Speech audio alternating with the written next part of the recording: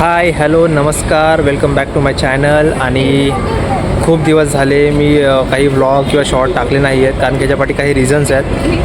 पहिली गोष्ट तर माझे जे पेंडिंग एक्झाम्स होते आणि प्लस जॉबचे काही मी ऑपॉर्च्युनिटी मिस केलेले, बिकॉज मी रिकव्हरी फेजमध्ये होतो.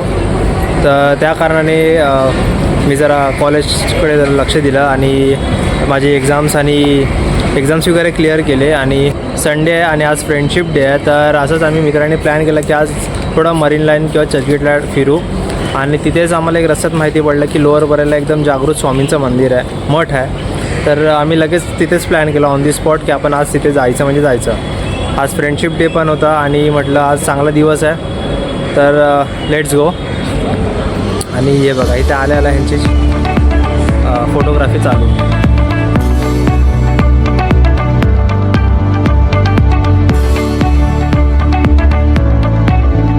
एकदम राईट टाईमवरती आलो आहे. आल्याला आम्हाला आरतीचा पण लाभ भेटणार आहे, तर हे चला येतच लवकर आरती घेऊयाचं.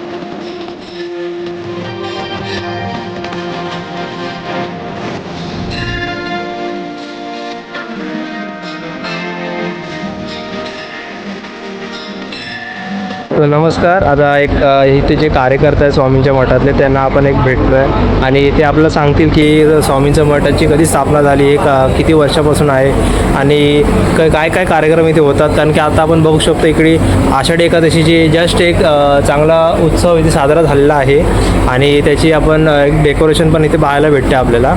सो अजून काय काय इथे उत्सव आणि सण साजरे होतात त्याच्याबद्दल आपल्याला डिटेल माहिती देतील. आपला दादा तुमचं नाव? सुदर्शन लोकरे. ओके, सुदर्शन लोकरे सर आहेत. सर दादा नमस्कार. श्री स्वामी समर्थ. ओके. आता आपल्याकडे परवाच आषाढीचा उत्सव झाला, त्याच्यानंतर गुरुपौर्णिमा महोत्सव झाला. ओके. आपल्याकडे बरेच प्रत्येक आपल्या एक मठाचं उद्दिष्टच आहे, वैशिष्ट्य आहे की आपण सनातन धर्मामध्ये जेवढे सण आहेत ते आपण साजरे करायचे आणि लोकांपर्यंत ते पोहोचवायचा एक सामाजिक संदेशही आपण त्यामधून दाखवतो. तर आपला मठ 22 जानेवारी 2024ला स्थापन झाला. त्यानंतर आपले बरेच उत्सव असतात. महाशिवरात्री उत्सव आपण मोठ्या प्रमाणात करतो, जे की आपण अख्ख्या महाराष्ट्रात म्हणजे महाराष्ट्रात बोलू शकतो. महाराष्ट्रात भस्मारती कुठे होत नाही, पण महाशिवरात्रीच्या दिवशी रात्री 10 वाजता भस्मारती असते. ओके. त्यानंतर आपलं स्वामी जयंतीचा महोत्सव असतो. स्वामी जयंती, गुढीपाडवा, तोपर्यंत गुढीपाडवा ते रामनवमीपर्यंत आपला उत्सव असतो स्वामी प्रकट दिनाचा. त्यानंतर स्वामी पुण्यतिथी असते. त्यानंतर हनुमान जयंती असते. आपल्याकडे बरेच म्हणजे जेवढे कार्यक्रम दर महिन्यातले कार्यक्रम सांगायचे झाले तर 4 गुरुवार असतात, 2 एकादशी असते, संकष्टी असते, पौर्णिमेला तळी भंडाराचा कार्यक्रम असतो, अमावस्येला पण आपण मठात बरीच हे करतो, डेकोरेशन्स करत असतो. आणि मठ आपला सकाळी 7 वाजता सुरू होतो, 1 वाजता बंद होतो. 1 ते 3 मठ बंद असतो, 3 ते रात्री 10 वाजेपर्यंत मठ चालू असतो. आणि गुरुवार किंवा असे सणांच्या दिवशी मठ सकाळी 6 वाजता सुरू होते ते रात्री 11 वाजेपर्यंत सुरू असतो. पूर्ण दिवस मठ चालू असतो, जेणेकरून भाविकांना दर्शन घेता येईल कोणत्याही वेळेत. ओके. जेवढ्या आम्ही सुविधा करू शकतो म्हणजे येणाऱ्या भाविकांसाठी सुविधा चांगल्या ठेवू शकतो तेवढा आम्ही प्रयत्न करत असतो. तर आज संकष्टी चतुर्थी आहे काहीतरी, तर आज पूर्ण दिवस मठ चालू? आज पूर्ण दिवस मठ चालू आहे. आज अच्छा. कुठचाही बंद नाही आणि सकाळपासून आपण गणरायाचं तुम्ही पाहिलं असेल हो. व्हिडिओमध्ये बघू शकता की सकाळीच बाप्पाची महापूजा झालेली, अभिषेक झालेला आहे, वस्त्र चेंज झालेलं आहे बाप्पाचं. तसं स्वामी आणि बाप्पाचं सेमच कॉम्बिनेशन असतं. हो. बऱ्याचदा असं असतं. तर आता येणारा उत्सव म्हणजे येत्या दीप अमावस्या आहे येणाऱ्या. ह्या अमावस्याला दीप अमावस्या म्हणतात, काही लोक गटारी अमावस्या म्हणतात. आम्ही दीप अमावस्या म्हणतो. त्या दिवशी मठात 10,000पेक्षा जास्त दिव्यांचा प्रज्वलित होणार आहे, दिवे प्रज्वलित होणार आहे. तर तुम्ही सर्वांनी या तो उत्सव बघण्यासाठी, स्वामींचं दर्शन घेण्यासाठी आहे.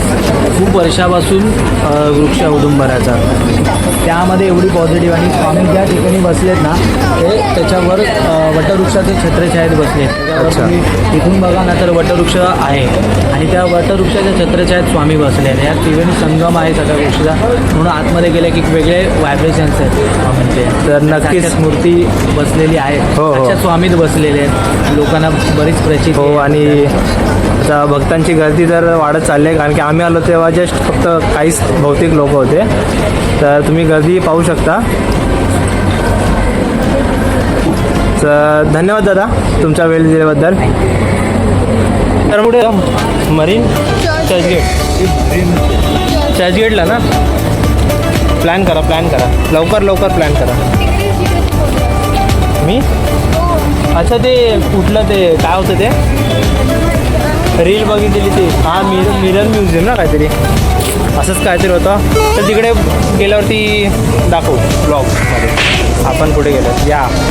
सो तिकडे लोअर परेल स्टेशन आहे, आणि आपला ईस्टला उतरल्यानंतर लोअर परेलचं मोनोरेलचा हा स्टेशन आहे. बरोबर या स्टेशनला लागून ज्या साईडला गल्ली आहे, या गल्लीमध्ये तुम्हाला बोर्ड दिसेल. तुम्हाला इथूनच पाहायला भेटेल. तिथे मंदिरचं तुम्हाला तोरण आणि सगळं पाहायला दिसेलच तुम्हाला ह्याच्यामध्ये. तर त्या साईडला तुम्हाला ते मठ भेटून जाईल. सो ॲड्रेस मी परत एकदा मेन्शन करेनच माझ्या कॅप्शनमध्ये किंवा डिस्क्रिप्शनमध्ये. तर नक्कीच तुम्ही एकदा या मठांमध्ये येऊन भेट द्या स्वामींना. खरंच मन एकदम तृप्त होऊन जातं. आणि हे परत विकास गायब झाला, त्याला हे पकडून ठेव रे, तो सारखा गायब होतो.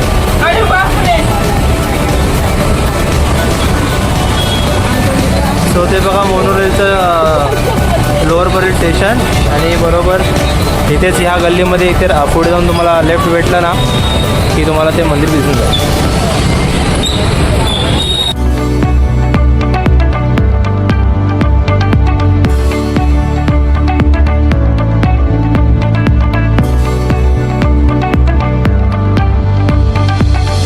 नेमक्या टायमाला जोरात पाऊस आला यार, शिट.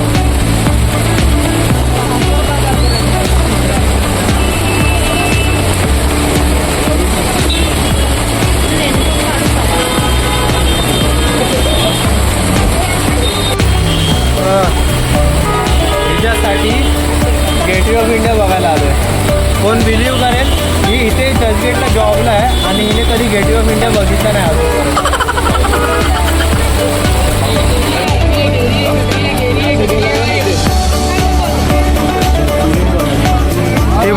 ते बघ त्याला बोलतात गेटवे ऑफ इंडिया.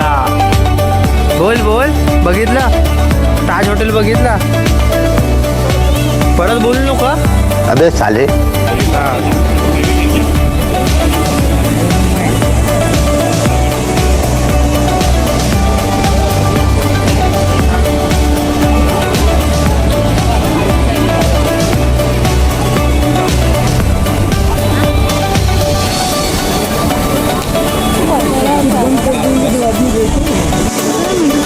पाणी तिकडे साठलंय आणि ड्रेनेज इकडे आहे.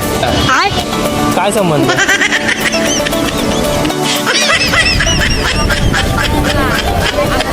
हो बोलू झालं तुझं बघून गेटवे ऑफ इंडिया.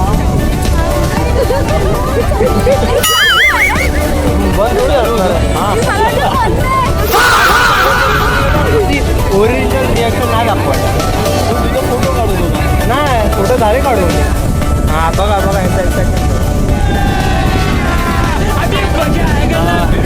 एका माणसाने पहिल्यांदा आयुष्यात गेटवे ऑफ इंडिया बघितलं आहे, ताज हॉटेल बघितलेलं आहे. बाईने लेडी, अरे मम्मी कॉलिंग. सो आजच्या ब्लॉगमध्ये एवढंच. पुन्हा भेटू एका नेक्स्ट ब्लॉगमध्ये. चॅनलमध्ये नवीन असाल तर प्लीज सबस्क्राईब करा. आता नेक्स्ट पॉईंट आम्ही काय करू, प्लॅन करतो FSला. सो एक FSचा पण एक ब्लॉग येईलच. तर बाय बाय.